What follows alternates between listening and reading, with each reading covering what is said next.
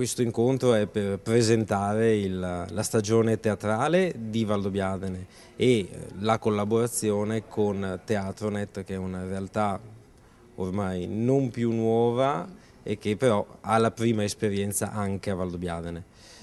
Noi siamo a nostra volta una realtà nuova, la sala è stata inaugurata 5 anni fa e stiamo tentando di portare avanti un progetto culturale il più ampio possibile. La sala per ora è dedicata prevalentemente all'attività di Cineforum, facciamo anche una programmazione fine settimanale di prima visione nei limiti in cui ce n'è consentito, dato che la sala non è diciamo così, nei circuiti principali, e adesso diciamo così, con la collaborazione di Teatronet tentiamo di estendere anche l'offerta culturale ad un teatro che possa essere un teatro bello per le famiglie, non particolarmente impegnativo e di svago. È un circuito nato dall'idea della giornalista e critica teatrale Rosy Fasiolo di permettere alle giovani compagnie teatrali italiane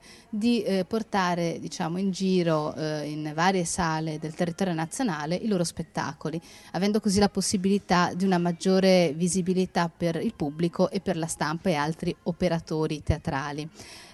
Questo circuito nasce nel 2006 e da allora ha ospitato 40 compagnie e 30 spazi di tutto il territorio nazionale, dando la possibilità a queste giovani compagnie anche di essere viste e vincere dei premi a livello nazionale, i principali premi del teatro contemporaneo. Passerei anche al calendario nello specifico della stagione di quest'anno, che inizia il 19 febbraio con lo spettacolo di Andrea Cincinelli, La promessa, You Promised.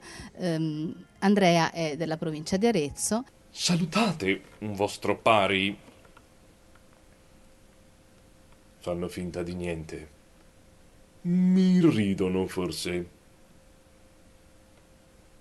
Ecco anche i giullari. Io odo parole di scherno. A Camelot, ognuno fa quel che vuole, può fornicare al sole alla faccia del re. A Camelot si evadono i tributi, c'è un re senza attributi, più tonti non ce n'è. Il 19 di marzo ci sarà lo spettacolo di Onda R, quindi mi vede interprete. Dieselo conto che per tradimento di alcuni baroni lo re Dio, questa rimase solo senza protezione contro l'odio di quelli che tanto comandava.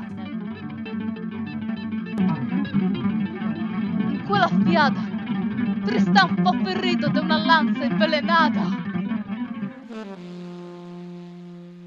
Tristan pensa di Isotta essere la più bella cosa che potrebbe mettere in lo suo cuore. Isotta pensa di Tristan essere lo più bel cavaliere del mondo. Il 3 di aprile ci sarà la compagnia Matuta Teatro dalla provincia di Latina con lo spettacolo Garbatella.